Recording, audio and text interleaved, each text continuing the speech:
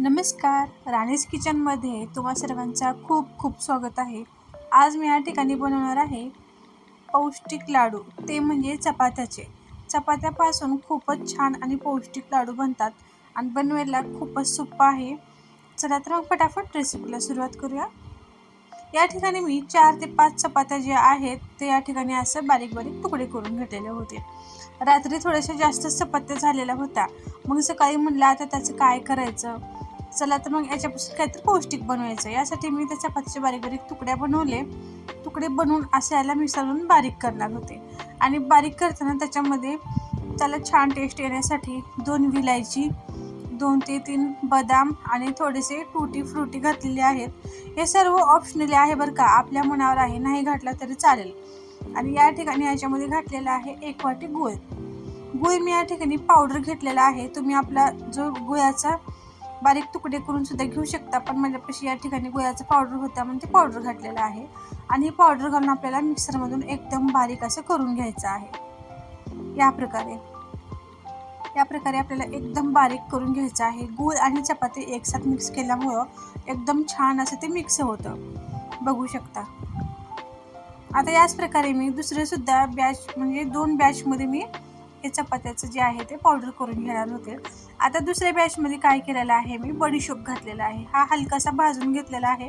हलकासा भाजून बडीशोप आणि 1-2 चुटकी मीठ घातलेलं आहे आणि याला सुद्धा छान असं बारीक करून घेणार आहे. तर बघू शकता या ठिकाणी आता हे संपूर्ण चपात्याचं जे आहे ते बारीक या ठिकाणी करून घेतलेलं आहे.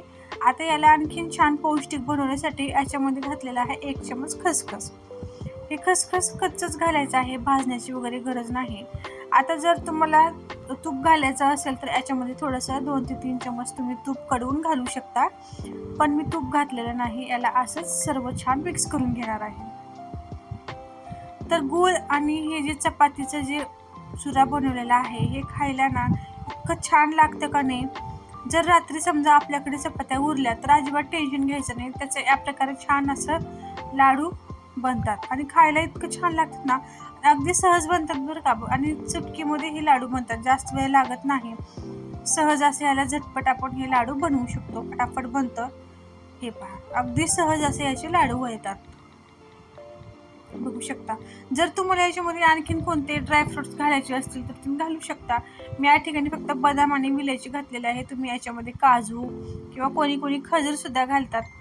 आपल्या मनावरचे आपण याच्यामध्ये ड्रायफ्रुट्स घालू शकतो किंवा बिना ड्रायफ्रुटचं सुद्धा हा बनवू शकतो. तर बघू शकता अगदी सहज असं हा लाडू बनत आहे. हे पहा किती छान लाडू बनलेला आहे.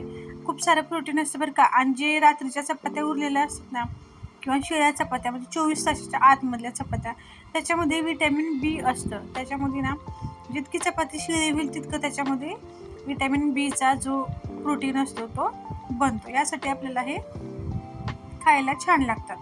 आता बघू शकता लाडू किती छान बनलेला आहे. याच प्रकारे मी आता आणखीन एक लाडू बनवून दाखवते. अगदी सहज हे लाडू वळत आहे. त्याला जास्त दाबायची सुद्धा गरज नाही. हे पहा एकदम छान असे आपले चपातीचे लाडू तयार होत आहेत. याच प्रकारे आता मी या ठिकाणी सर्व लाडू बनवून घेतलेले आहेत, बघू शकता. हे लाडू खायला खूप छान लागतात, खूप टेस्टी असतात. जर आपल्याकडे चपात्या उरल्या किंवा कधी कधी चपात्या पाहुणे जास्त आले म्हणून आपण चपात्या करतो किंवा कधी कधी रात्रीच्या टायमाला खिचडी बनवली की चपात्या तसंच राहतात. मग त्याचं काय करायचं आपल्याला येतं टेन्शन. मग आता टेन्शन घ्यायचं नाही, झटपट चपात्या बारीक करायचं, मिक्सरवरून काढायचं आणि असं छान असं लाडू बनवायचं. बघू शकता या ठिकाणी आपले चपातीचे लाडू तयार झालेले आहेत.